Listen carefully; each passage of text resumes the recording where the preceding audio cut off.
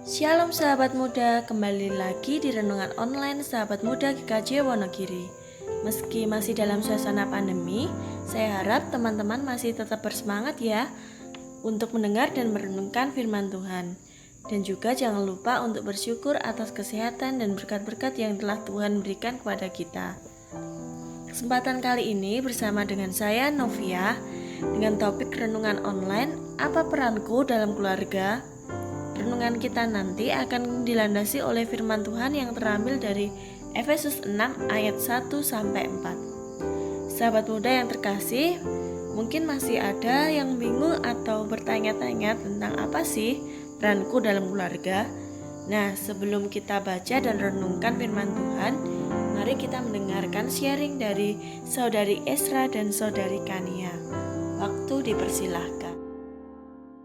Shalom teman-teman, perkenalkan nama saya Ezra dari Timang. Jadi kesempatan kali ini aku mau sharing apa peranku dalam keluarga. Nah, aku sebagai anak dalam keluarga pastinya sering bertanya, apa sih sebenarnya peranku dalam keluarga? Apa cuman menghormati orang tua saja? Apa bagaimana? Kalau aku, peranku sebagai anak dalam keluarga, aku pastinya menghormati kedua orang tuaku dan menjaga rasa kepercayaan dan kejujuran terhadap orang tuaku.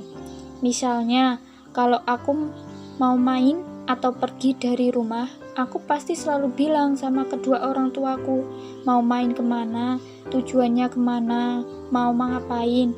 Misalnya, aku mau main sama si A, jadi aku harus menepati apa yang sudah aku ucapkan jika aku mau main sama si A.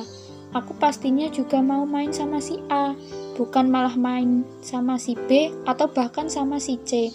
Terus, jika aku janji mau pulang tepat waktunya, pasti aku akan menepatinya. Misalnya, aku akan pergi dari rumah sekitar jam 10 pagi, dan aku bilang jam 3 sudah sampai rumah.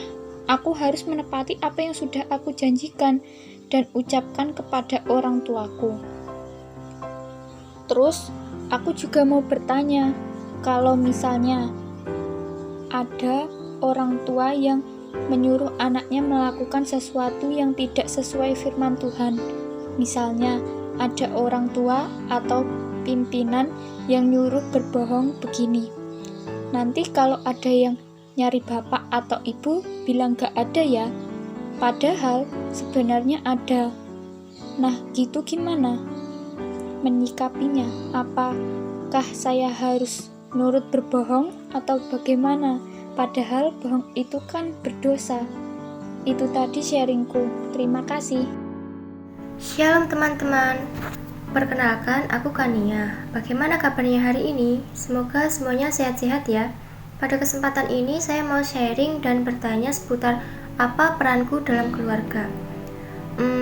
Pernah gak sih kalian bingung dalam menyikapi tetap hormat dengan orang tua, tetapi kondisinya orang tua sedang marah sama kalian atau ekspektasi mereka terhadap kita terlalu tinggi, bahkan dibanding-bandingkan dengan anak tetangga.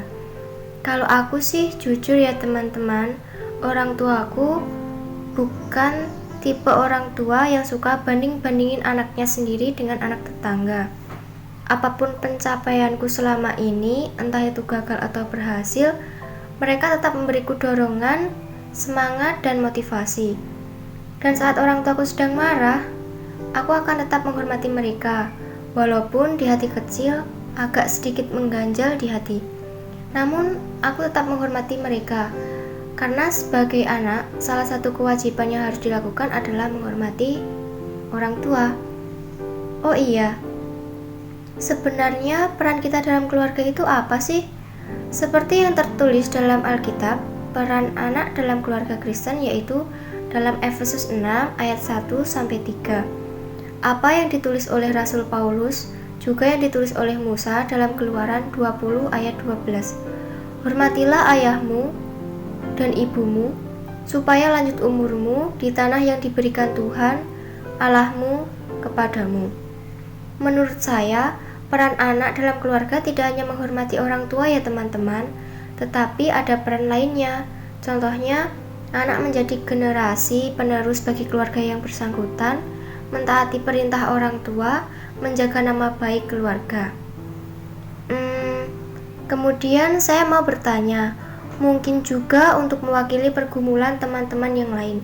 Gimana ya cara kita menyikapi kalau ada orang tua yang ekspektasinya terlalu tinggi sama kita, membanding-bandingkan terus? Apakah kita perlu memberi pengertian atau gimana? Kan tentu kita jadi gak tahan, atau lama-kelamaan pasti akan stres. Demikian cerita tentang peranku dalam keluarga ya teman-teman. Terima kasih. Oke, terima kasih atas sharing dan pertanyaan dari Saudari Esra dan Saudari Kania. Nah, sahabat muda, sebelum kita merenungkan firman Tuhan, mari kita berdoa terlebih dahulu. Kami datang kepadamu ya Bapa dengan kerendahan hati, kami membawa segala puji dan syukur atas segala kebaikan-Mu. Kami mengucap syukur atas penyertaan Tuhan di sepanjang hari ini yang boleh kami lalui dengan sukacita. Meskipun pada saat ini masih dalam situasi pandemi, tapi kami yakin dan percaya Tuhan adalah penolong kami, dan Tuhanlah yang senantiasa memberi kami damai sejahtera. Sebentar lagi kami akan mendengar dan merenungkan firman-Mu ya Tuhan. Kiranya Roh Kudus-Mu menuntun agar kami dapat mengerti dan memahami apa yang menjadi kehendak-Mu, dan juga kami dapat melakukannya dalam kehidupan kami sehari-hari. Terima kasih ya Tuhan, kami telah berdoa dan mengucap syukur. Haleluya, amin. Sahabat muda, mari kita baca bersama-sama firman Tuhan yang terambil dari Efesus 6 ayat 1-4. Hai anak-anak, taatilah orang tuamu di dalam Tuhan, karena haruslah demikian. Hormatilah ayahmu dan ibumu, ini adalah suatu perintah yang penting, seperti yang nyata dari janji ini, supaya kamu berbahagia dan panjang umurmu di bumi. Dan kamu bapak-bapak, janganlah bangkitkan amarah di dalam hati anak-anakmu, tetapi didiklah mereka di dalam ajaran dan nasihat Tuhan. Demikian firman Tuhan. Yang berbahagia ialah mereka yang mendengarkan firman Allah dan yang memelihara dan melaksanakan dalam kehidupannya. Sahabat muda, keluarga adalah persekutuan hidup antara ayah, ibu, dan anak-anak. Inilah yang disebut dengan keluarga kecil atau keluarga inti. Keluarga pertama di dunia ini dibentuk oleh Allah sendiri, yakni keluarga Adam yang tertuang pada kitab Kejadian. Selain keluarga kecil atau keluarga inti, ada juga yang disebut keluarga besar, yaitu persekutuan hidup antara ayah, ibu, dan anak-anak, serta kakek nenek, paman dan bibi, dan saudara yang berasal dari hubungan keluarga kekerabatan ayah maupun keluarga kekerabatan ibu. Nah, lalu apa yang dimaksud dengan keluarga Kristen? Keluarga Kristen adalah persekutuan hidup antara ayah, ibu, dan anak-anak yang telah percaya dan menerima Yesus Kristus sebagai Tuhan dan Juru Selamat secara pribadi serta meneladani hidup dan ajaran-ajarannya dalam kehidupan sehari-hari. Pengertian ini dibangun dari pengertian Kristen itu sendiri. Kristen artinya menjadi pengikut Kristus yang meneladani hidup dan ajaran-ajaran Kristus. Selanjutnya, kita akan membahas apa sih pentingnya keluarga. Yang pertama, keluarga merupakan tempat bertumbuh, menyangkut tubuh, akal budi, hubungan sosial, kasih, dan rohani. Manusia diciptakan menurut gambar Allah sehingga mempunyai potensi untuk bertumbuh. Keluarga merupakan tempat memberi energi, perhatian, komitmen, kasih, dan lingkungan yang kondusif untuk bertumbuh dalam segala hal ke arah Yesus Kristus. Yang kedua, keluarga merupakan pusat pengembangan semua aktivitas. Jadi setiap orang bebas mengembangkan karunia-Nya masing-masing. Yang ketiga, keluarga merupakan tempat yang aman untuk berteduh saat ada badai kehidupan.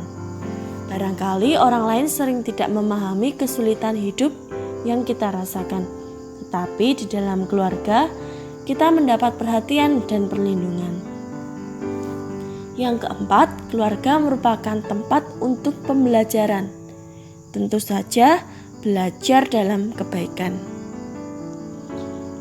Yang kelima, keluarga merupakan tempat munculnya permasalahan dan penyelesaiannya. Tidak ada keluarga yang tidak menghadapi permasalahan hidup.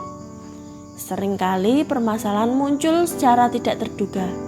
Namun keluarga yang membiarkan Kristus memerintah sebagai Tuhan atas hidup mereka pasti dapat menyelesaikan semua permasalahan.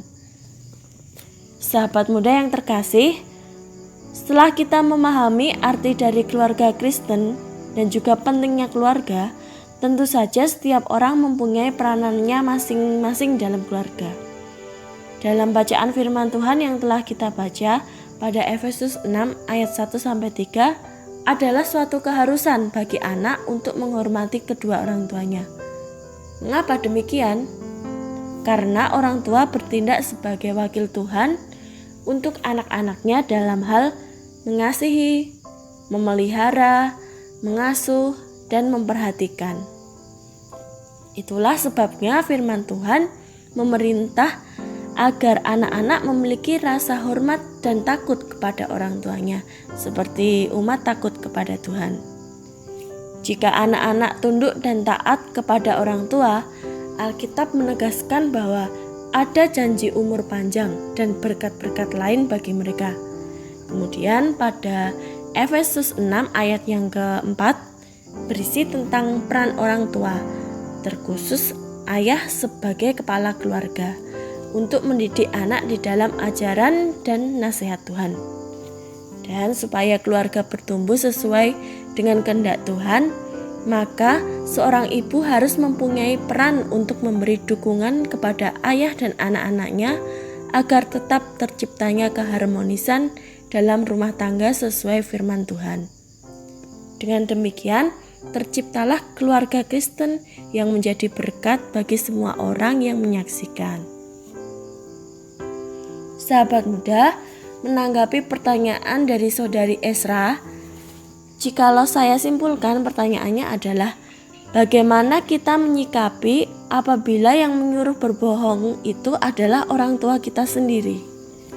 Mungkin pengalaman ini juga pernah dialami oleh sahabat-sahabat muda yang lainnya.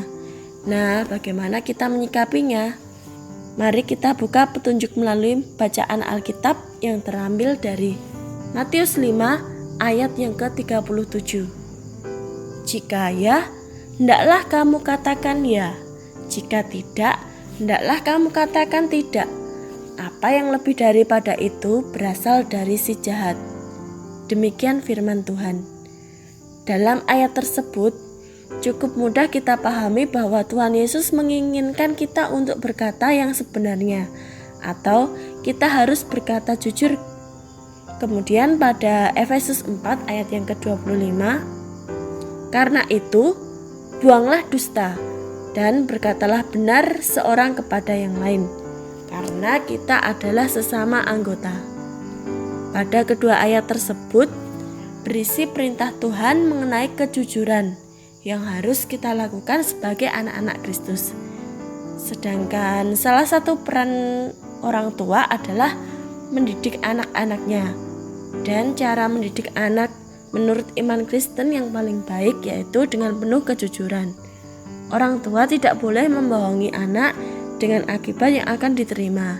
Jadi mendidik anak sesuai karakter Kristen tidak kurang maupun lebih, sehingga anak paham apa yang harus dilakukan supaya melakukannya sesuai keinginan Allah.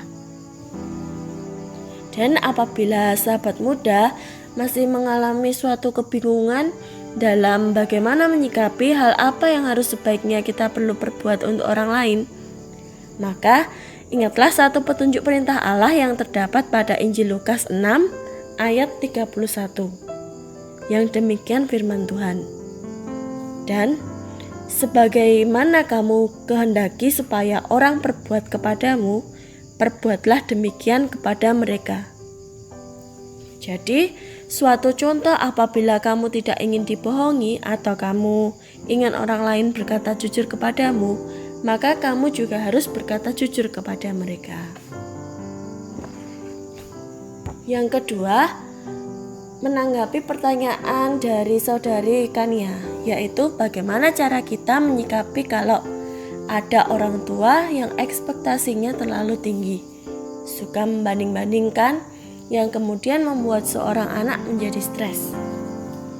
Sahabat muda yang terkasih, kita kaitkan pertanyaan ini dengan bacaan firman Tuhan yang terambil dari Efesus 6 ayat yang keempat. Dalam ayat tersebut sudah diperintahkan Allah kepada orang tua agar dalam mendidik anak-anaknya sesuai ajaran dan nasihat Tuhan.